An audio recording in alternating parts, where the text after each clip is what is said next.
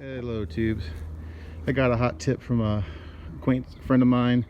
He works construction. They were renovating a house. These were sitting in I guess their garage outside.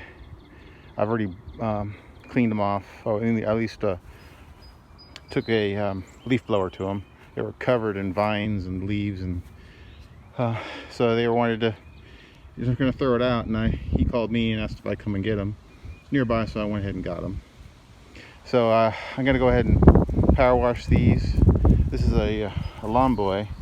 It's with a Tecumseh engine. I don't know if I'm going to be able to get this one going, mostly because all the cables are bad that are on it. And judging by the way the pull cord is wrapped around the handlebars, it looks like that's broken too. Also, the gas cap just shredded as I picked it up, and I've got one of those.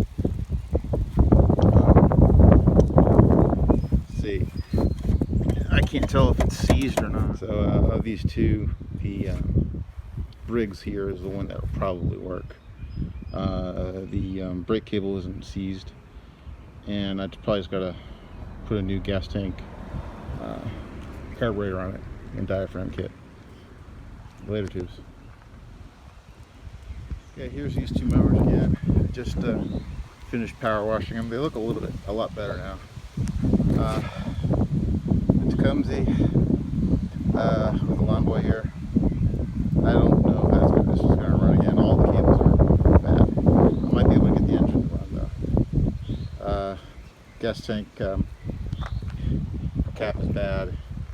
God knows how much water slipped down into the carburetor. Who knows? It's maybe Dunsky, as blowers like to say. You got a Murray over here. This one, I think I can get going. And I think I have all the parts, except I don't have a diaphragm if I need one.